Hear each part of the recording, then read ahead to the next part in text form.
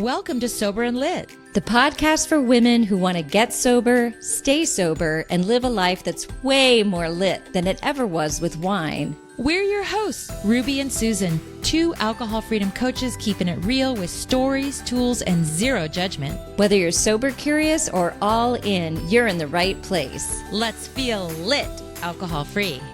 Welcome back to the Sober and Lit podcast. Today, I have a very special guest. I'm so excited to introduce all of our listeners, or maybe you already know him, but Chris Marshall has joined us today. Hi, so excited. Yeah, so I'm going to read a little bit about him, his bio, and then we'll get started. So Chris Marshall is the founder of Sans Bar. It's the first non-alcoholic bar in North America and a leading force in the alcohol-free movement. Based in Austin, Texas, Chris built Sans Bar from a small pop-up into a thriving community space designed for authentic connection and joyful socializing without alcohol. So under his leadership, Sans Bar has become a national destination for zero-proof beverages, events, community gatherings, and the popular Sans Bar Academy, which helps others create alcohol-free businesses and spaces. So Chris is also a writer, public speaker, and mental health advocate with his memoir, Faster Than Light, a memoir of finding sobriety and sparking an alcohol-free revolution, chronicling his early struggles with anxiety, substance dependency, and the evolution of Sans Bar as part of the broader cultural shift towards inclusion, substance-free social spaces. So welcome, Chris. Hi. Hi. Hello. So great to be here today. Yeah. I was lucky to meet you actually in person. You probably don't remember because I don't know, but I was in Portland, Oregon, and I flew up. I live in Sonoma County, California, and I flew up to Portland with my cousin who also loves Laura McKowen, and we were at the Laura McKowen book signing for Pushing Off From Here, and I met you, and it was a really fun event, and so I've been following Sans Bar, and I just think it's so great because, yeah, you're really a pioneer in this area. But first, for our listeners who don't know your story yet, I'd love for you to share a little bit about your story and what set you on this path. Yeah, absolutely. Well, first of all, thank you so much for having me on today. I really appreciate it. It's always a joy to connect with people, and I love podcasts. I think that there's such a part of the fabric of the non-alcoholic society is podcasts, and so really grateful for this opportunity. You know, I think the way I was thinking about this conversation today, and what I really want to focus in on is like what I was searching for. And I think that is, you know, as a kid, I was always searching for connection and community. I was always searching to belong. I just felt like the day I was born, everyone else in the nursery got like a life manual how to like live, and I just didn't. my copy of how to do life just got lost in the mail, and it from the start my life just felt like it was just always just a degree or two off. And I go to elementary school, and I'm like really this anxious kid. I'm really, you know, troubled, had some early trauma as a kid, and that really shaped the way that I felt, you know, in terms of safety, and I felt like I connect to people. But most importantly, I kept pushing myself away from others. I really felt like I was a broken boy. I was a broken human being. I was not worthy of love or connection. And all my behavior was all about pushing myself away from the world. And so as much as I felt like the world was moving away from me, I felt like, I look back and realize that even as a young kid, I was pushing myself away from connection. I had my first drink at 16. And that first drink for most of my friends was just a normal kind of situation. For me, it was an absolute moment. It was something that for me was almost a religious experience. And I felt like after that first drink, this like disgust was the first thing, was like drinking TV static. But then after that first wave of disgust, that first hot beer, after that, there was the very real warmth, the visceral warmth of connection. I felt like I was with my friends. We had done this kind of thing we weren't supposed to do, but these were like my brothers, and we were in it now, you know? And that is the feeling that I chased every time I drank. I tried to get back to that place where I felt like I belonged. I felt like I was seen and known and loved. And so very quickly, my drinking just went off the rails. The second time I ever drank, I got into a car accident, totaled my mom's car, flipped through an intersection, and almost hit some kids who were sleeping in a house. I went to jail at 16, first time. Wow. And then it got worse from there. Just a series of points in my life where I was drinking way more than most adults were. I remember I was in high school when 9/11 happened. The day 9/11 happened, I went home and drank a bottle of vodka as a senior in high school. Like my drinking very early on was not just partying and keg parties and high school, pastor parties that we have here down in Texas. Yeah. It was something much more akin to very problem substance dependence very early on. It reminds me of Matthew Perry's story too, because he talks about the very first time he drank, it was like this, and then he just kept drinking heavily from that moment forward. It was like this experience. It reminds me of that. Yeah. It was a very fast ascent. I think that most people have one kind of like, oh, when I was in high school I had this crazy thing happen, but for me it was every single weekend. And by the time I was a senior in high school, it was every single day I was drinking. I did not graduate high school on time. I had to finish in summer school because I had failed all my classes. But simultaneously, I was also the editor of my newspaper and, won awards for my writing. And it was, in leadership, it was this weird, like this kid who was like good and smart, but then also this kid who was really dependent upon alcohol very early on. And I don't think a lot of people realize just how bad my drinking was. I got caught drinking in the journalism room, in the dark room, when I was in high school. My journalism teacher let me go. She's like, please don't ever do this again. Promise me you'll never drink in school again. And of course I did. So before I even got to college, I was what I would call dependent upon alcohol already. Then, of course, college happens and it's just gasoline on a fire, right? This is the place where you go to consume, deadly amounts of alcohol. And in college, the same thing. I was always searching for that moment of feeling complete, feeling like I belong, feeling like I was with my friends. And so I joined a fraternity almost immediately. I think the first thing I did was look for Greek life on campus, where I looked for where my dorm was, I was like, where's the fraternities at?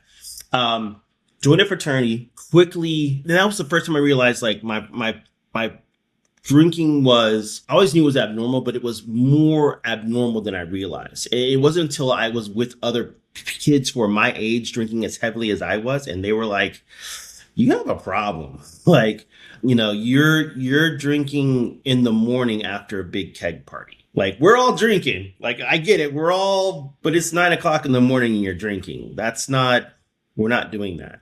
And for their part, I have to say, being 18 and 19-year-old kids, like they didn't have the tools, but they did the best they could to like, at least kind of, help me and steer me in a direction of help. But eventually everything that I drank for fell away. Everything that I was drinking for, that connection, the party, to be known, to be seen, to be heard, to be loved, all of it fell away. And towards the end of my drinking, I was drinking all alone. I was by myself. I was becoming increasingly anxious. I had always had social anxiety. I think that's a lot of the reason why I drank. But towards the end of my drinking, I was just a nervous wreck. Would drink all day, every day. Eventually had to move back. I was in school in San Antonio, moved back to Houston to live with my mom. My mom, who I think had an idea about how bad my drinking was, but had never seen it up close. But at this point, I was 22. Oh, and so young. Yeah. So young. Yeah. So young. Again, it's not a long story. Just like, same thing with my memoir. It's not a long book because my drinking wasn't that long, but it was intense. It was so intense.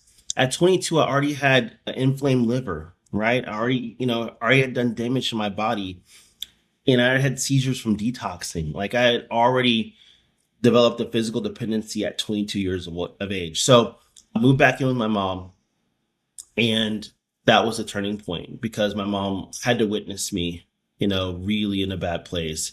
She bought me alcohol because I physically needed it, unless I start shaking really bad. And that was to me that was a low point. That was probably the lowest point, was my mom buying me the poison that was killing me. And yeah, she took me to detox at one time and to the hospital. And the next morning she came into my room and just said, Chris, I love you so much. And when you were at the hospital, the doctors told me that I need to start preparing to say goodbye to you, because I don't, they're saying you got months, not even a year left to live if you keep drinking this way. Wow. And I'm going to preface what I'm going to say by saying it's not for everyone, but what my mom said to me and what helped me was that she said, I love you so much. I gave birth to you, almost died giving birth to you, which is true, but I'm not going to let you kill yourself in my house. So you can keep drinking, but I'm going to change the locks. I cannot have you drinking in my house.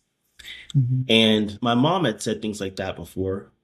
And she's, made it stop drinking, make these, threats. But for some reason, there was just a resignation in her voice. I could just tell that she meant every word that she was saying. Mm-hmm. And so she said, I'm going to change the locks by the end of today. And you can either go to treatment and have a place to sleep tonight, or you can go somewhere else. And she changed the locks. I chose treatment, but she changed the locks. She was serious, and I credit that and her strength for saving my life. And I went to rehab. That's one of the hardest things to do as a mother. Yeah. Both mothers to sons. And that would. Yeah. And you have children too, right? Yeah. I was just going to say, and as I'm telling that story, just hearing myself tell it, I'm like, man, could I do that to my kiddos? It would be so hard, right? But I think she meant every word she said when she said that it was killing her to watch me die. And she was not going to continue handing me the poison. She wasn't going to give me the place to continue to destroy myself. And there was enough love in what she was saying that I realized that I was hurting her in a way that I wasn't even aware of, right? I just thought that she didn't care. No one cared about me. Just the lies that alcohol tells you, right? Mm-hmm. When you're in your cups. But throughout all those lies, there was the light of the truth. And the truth is that I was loved. And so I go to treatment, and things get better slowly. And the reason I decided to stay sober is because I realized that I'm probably not going to die an early death. I realized that. Alcohol is probably not going to kill me as early as I wanted it to. It would just be my luck that I would live a very, very long, painful, agonizing alcoholic life. And I know that sounds a weird thing to say, but when you're 23 and you're seeing people in treatment who are 43 in their 50s and their 60s, you just realize you don't always just... Right. Sometimes this is going to go on for a very, very long time. Yeah. And that thought really troubled me. The idea that the pain that I'd endured, 6 years, that was just a taste of the next decades to come if I kept drinking. I checked myself out of rehab, but I did end up going to a 12-step meeting that next day, or the same day that I checked myself out of treatment. And I stayed sober ever since. So, yeah. I'm so glad. That's it. Yeah. Oh my gosh, what a powerful story. But when you were talking about that vision, I had a great uncle who in the 70s and 80s, I think he passed away in 85 or something. But so I'm a lot older than you, but I was from my childhood, junior high. We would go over to his house, and he lived for a very long time, drinking every single day, and all he could do was lay on the couch and watch TV. And that was his life, and smoke cigarettes. And I had a real good vision too. So I'm really relating to that, because I don't want to live like Uncle Glenn, that was decades of just laying on a couch. Right. Right. And somewhere in my mind, I just believe that everyone just succumbed to their problem quickly. And that, and again, this sounds, if you haven't lived it, I'm sure it sounds very backwards for me to say this, but for me, it was the realest thing. It was just the reality of, I have a chance here to avoid and bypass decades of agony, suffering. I just didn't want to do that. And I believe that everyone has that opportunity to stop at any time, Everyone.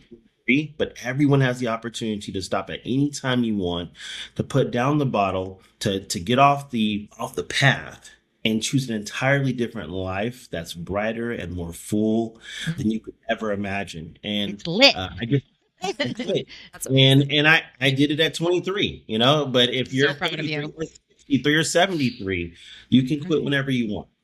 Yeah. Yeah. I'm so struck by the lies that that's how alcohol draws you in. It makes you feel like you're seen, heard, and loved. And that's what every human being wants, but it's a total lie. Mm-hmm. It's a complete lie. And then like you do have this initial period where you feel like you're connecting, and then it isolates you. It is and you see that in almost everyone's story, regardless of the the intensity of it, even in my, what I would call gray area drinking story. But yes, I would choose not to do things with friends sometimes, to sit home and have my wine. You know what I mean? Like, it does end up isolating you. And sometimes the loneliness of women that I work with is the hardest thing that they can overcome. And alcohol's their friend, their companion. And it's just, that's one of the hardest things though, for them to give up the alcohol because they're using it for loneliness and realize it's the thing keeping you lonely, and gosh, yeah, there's just such a lie. I don't know. I think it's a demon or a spiritual malaise that comes over. There's a spiritual component to alcohol, in my opinion, that it just takes you out. Like, here you are, this great kid with all this love and all these talents, and alcohol just took you out. Yeah. Took you out, Yeah. And I think that it's thank you for saying that, because I think that what's hard for people to understand is how alcohol does what it does. And I think what I've used to kind of help people see it is the edges. Don't think about the thing that, all the connection, alcohol gives me such great connection. Okay, that's the center of it. That's the center idea. I want you to think about the outer edges of that circle. Imagine a circle, right? If connection's the center, the center point of that. Imagine the boundaries of connection, right? Watch as alcohol erodes what it means to connect, and it makes the circle smaller and smaller and smaller. And what we get very comfortable with is focusing on the center and saying, but see, alcohol's still making me a successful person. I'm functional. I'm able to go to work and do all these things.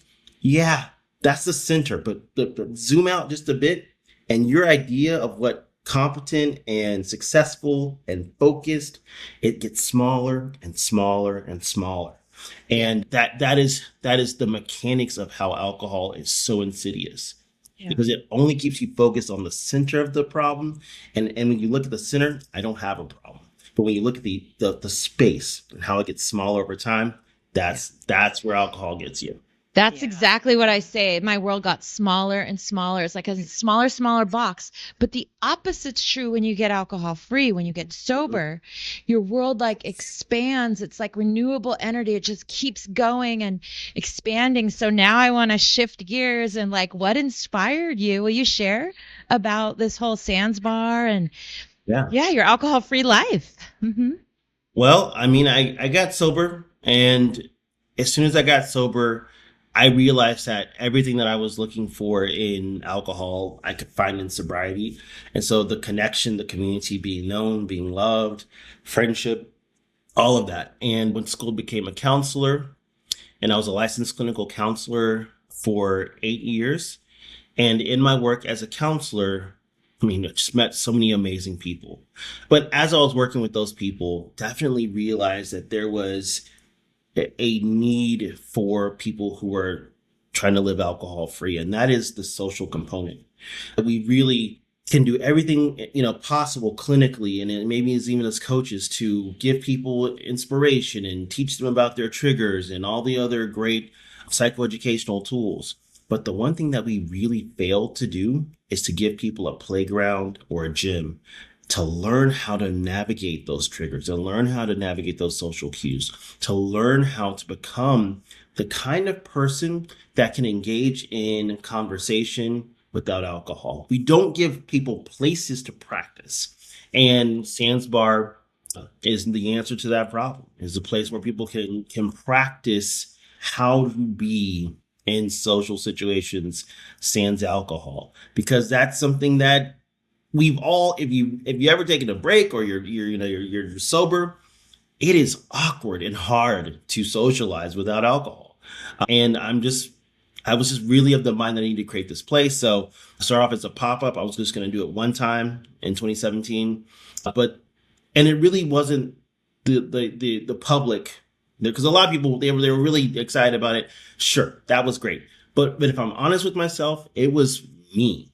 I felt amazing when I had that first pop-up at Sands Bar.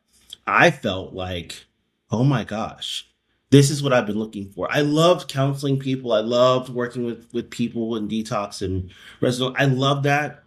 I was really good at it, I think.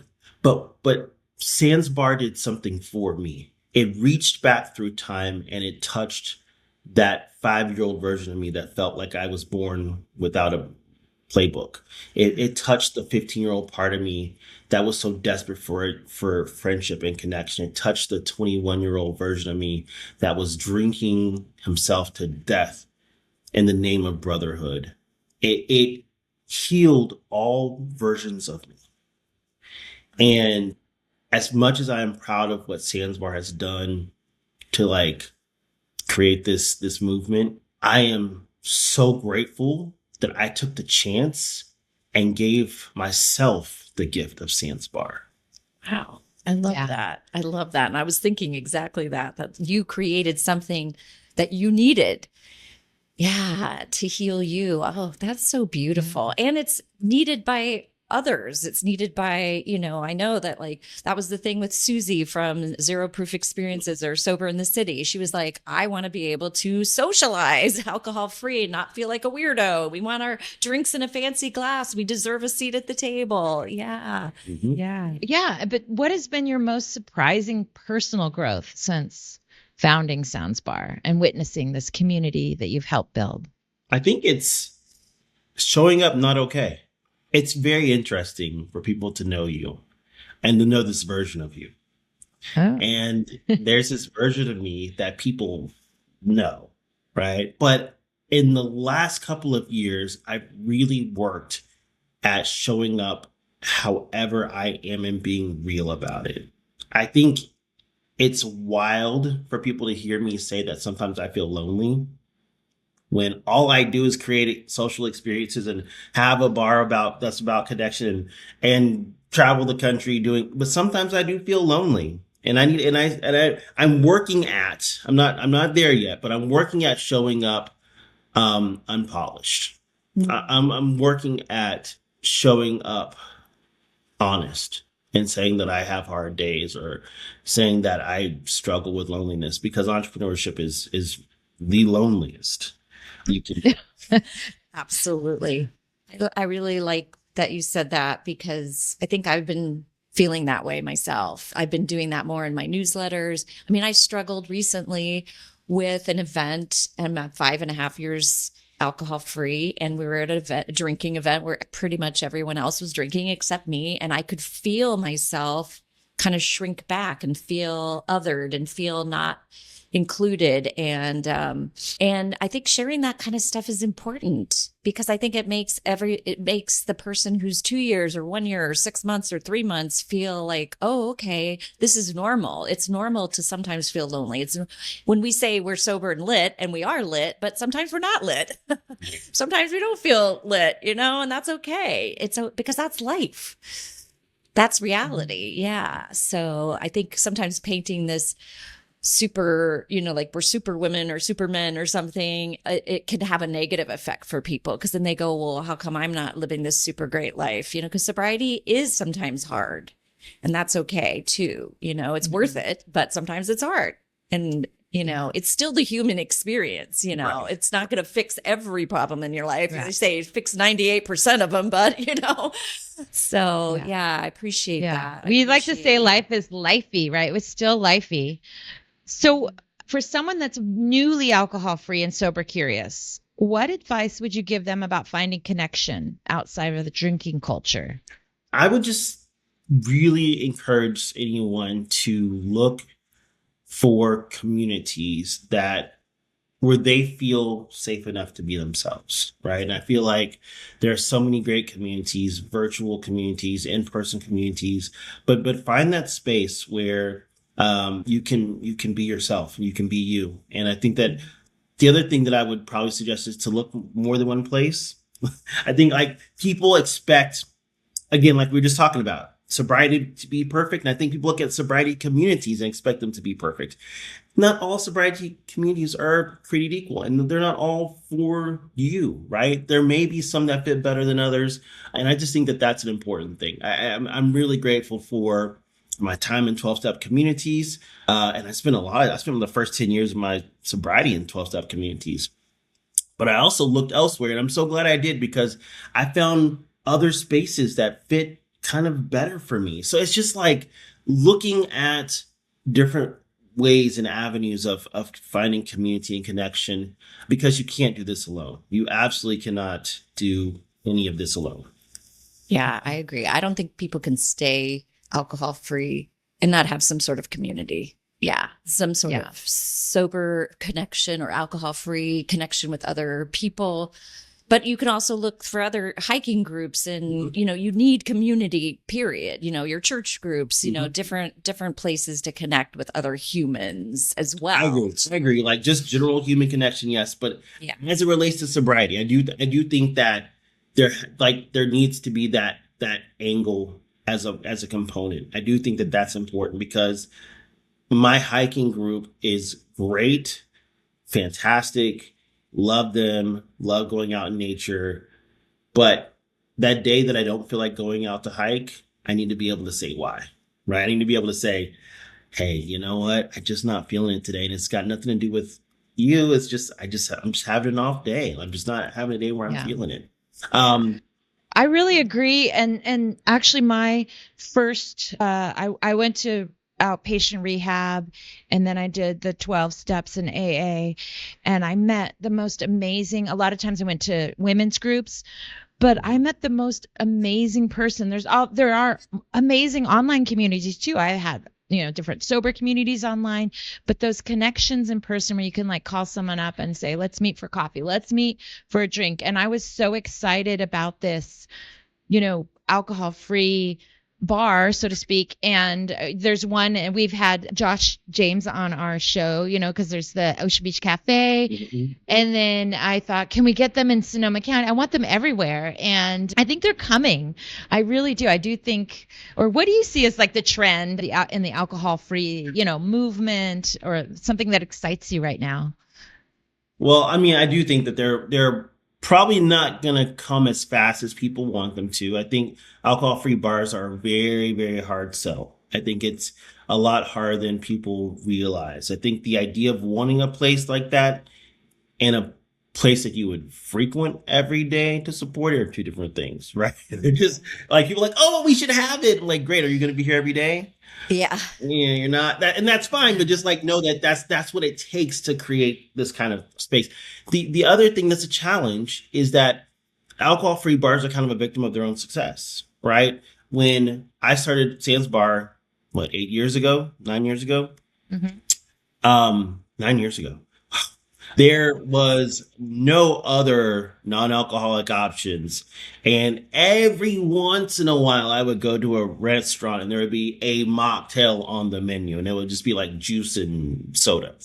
Yeah. I went out with friends to a regular bar at New Year's Eve, and the mocktail menu was as good as my mocktail menu at Sans Bar, with 3 or 4 beer options, 3 or 4 mocktail options. And I was just like, yeah, like, so it's easier to find non-alcoholic drinks at places that serve alcohol, which is a good thing. And that's kind of what the movement wanted, but it does make it harder for you to have a standalone brick and mortar bar because there is so much competition, right? It's harder to drag your friends who drink to an alcohol free bar than it is to just go to a place that serves alcohol and you have your non-alcoholic drinks. I do think that the future will look like bars that are 50-50. Or really more 75-25, where 75% of the drinks will have alcohol free, and then 25% you can add alcohol. Wow. I love that. Yeah, you'll go to a bar and they'll say with or without alcohol, and it'll just be like normal. Yeah. Yeah. That's what we want. And we want this to be normal. I hate it when I order a mocktail in a restaurant and they ask me if I want a shot in it. I'm like, are you kidding me?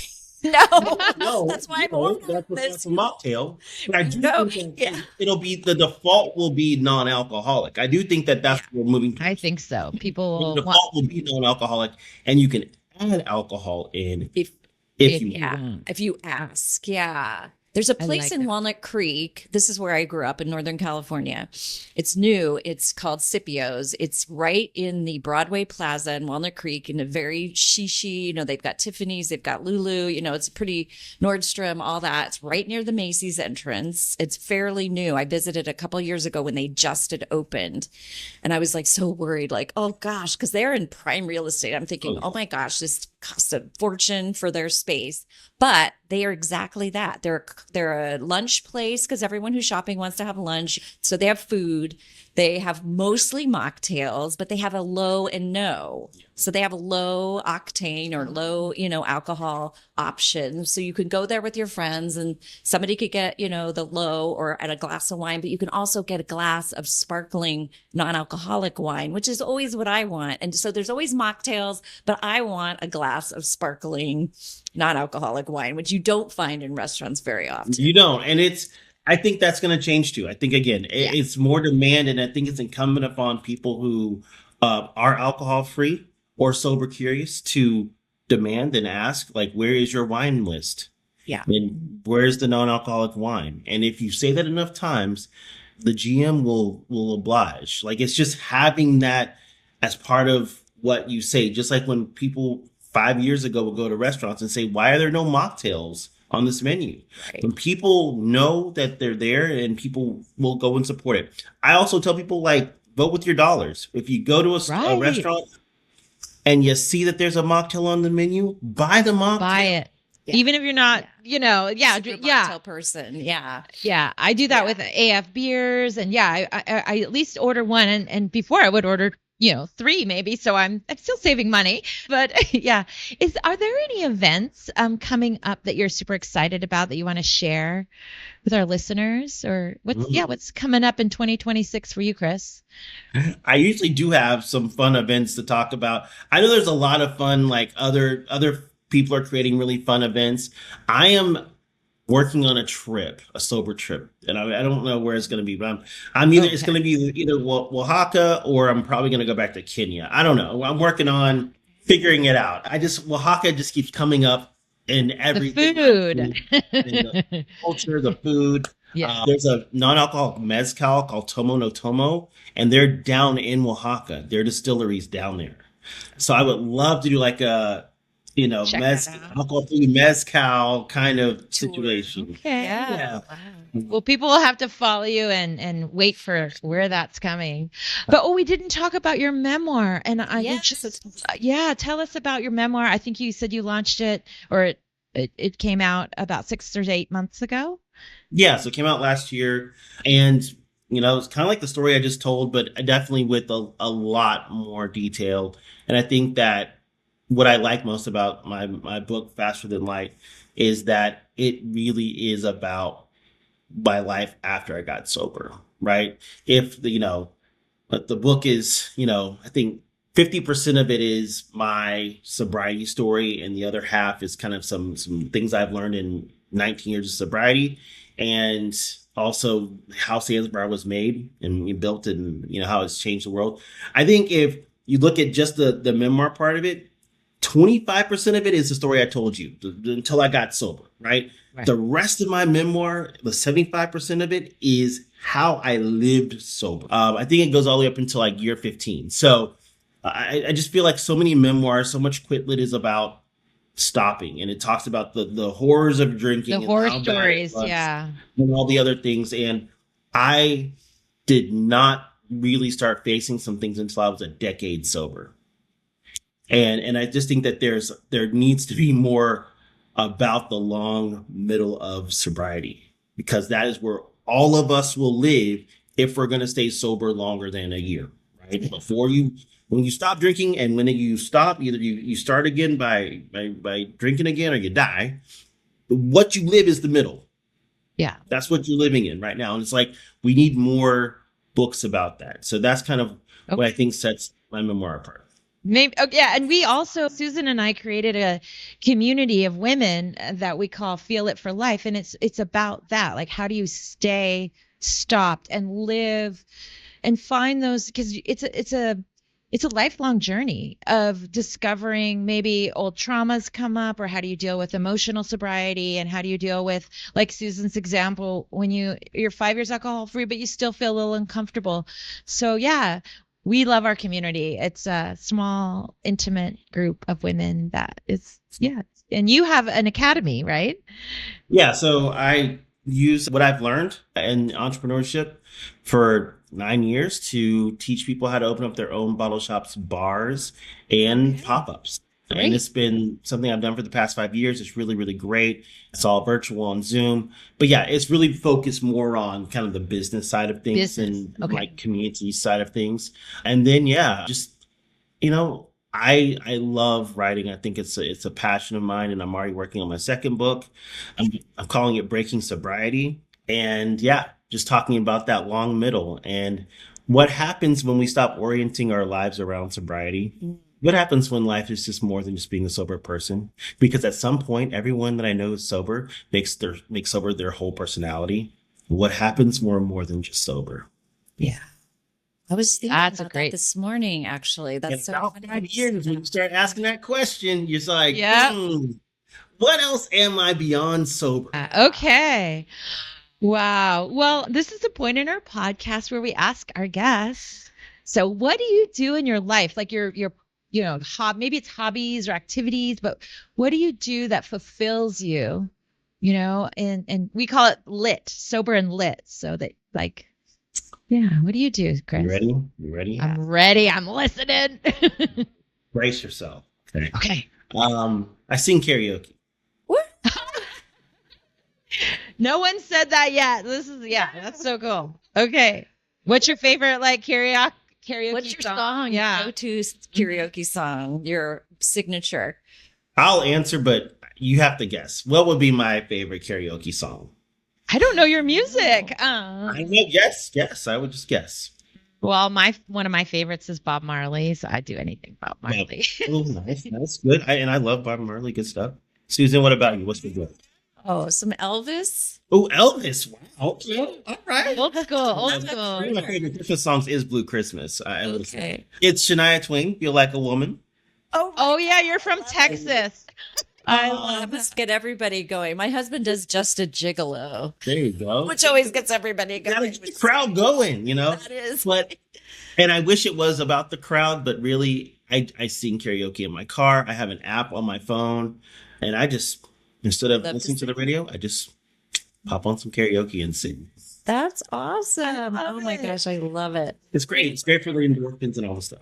Yeah, Singing is so good. Yeah. It is. It is. It affects the whole brain. Like, even humming, it's one of the tools that, we use and talk about when you hum, or Susan's talked about VOO breath, or you can hum the alphabet, and it just totally relaxes the brain. So, of course, how fun. Well, love it. Like, my radio's broken in my car, and I really feel it. Because I have not been singing in my car like I normally do. I'm a singer. I was a musical theater major back in college, and I'm a singer. And if I'm not singing, and I used to be on the worship team at my church, and then I'm in a different church now where I'm not doing that, I'm just not singing enough. And it's funny because I have an accountability partner for business, and we're, being an entrepreneur, like you said, is really hard. And so when my brain goes to the negative of like, oh, I'm not doing enough, or and she said, well, what are you going to do? And I'm like, to get out of that mindset. And I said, I'm going to sing. Mm-hmm. So that's My go-to. Yeah. I love Awesome. It's an amazing tool. it. It is. And dancing too. Singing So and maybe dancing. next, with your book, you should have like an album. Oh Record. wow!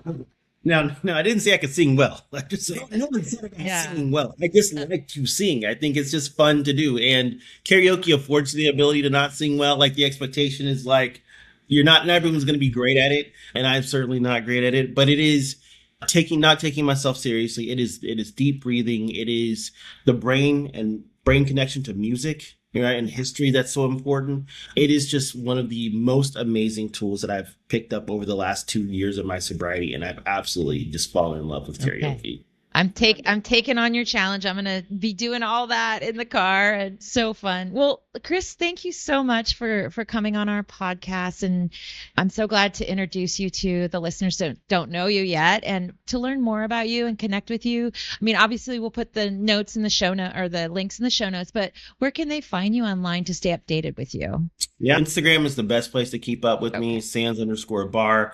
The book Faster Than Light also has its own Instagram. You can buy the book on Amazon. That's where it's the best place to pick it up. So yeah, looking forward to making all these new connections. Yeah. Well, thank you so much, Chris. Chris. And I follow you already on Instagram. I saw your post about how the treadmill stopped. And you're like, oh, and I feel that way. If I go for a walk and I don't have my watch and I'm like, oh, I'm not getting credit for it. But it's like, no, I'm still walking. Duh. Just because my watch isn't recording it. It's so funny. So yeah, and just so for encouragement around dry January, if you have a sip up or a slip up or a data point, it doesn't mean that all the other alcohol free or sober days don't count. Just get back going. Love it. And Yeah. So that's our cheer for you if you're doing dry January. Yeah. All right. Thank you so much, Chris. Thank you. Bye-bye. Thank you.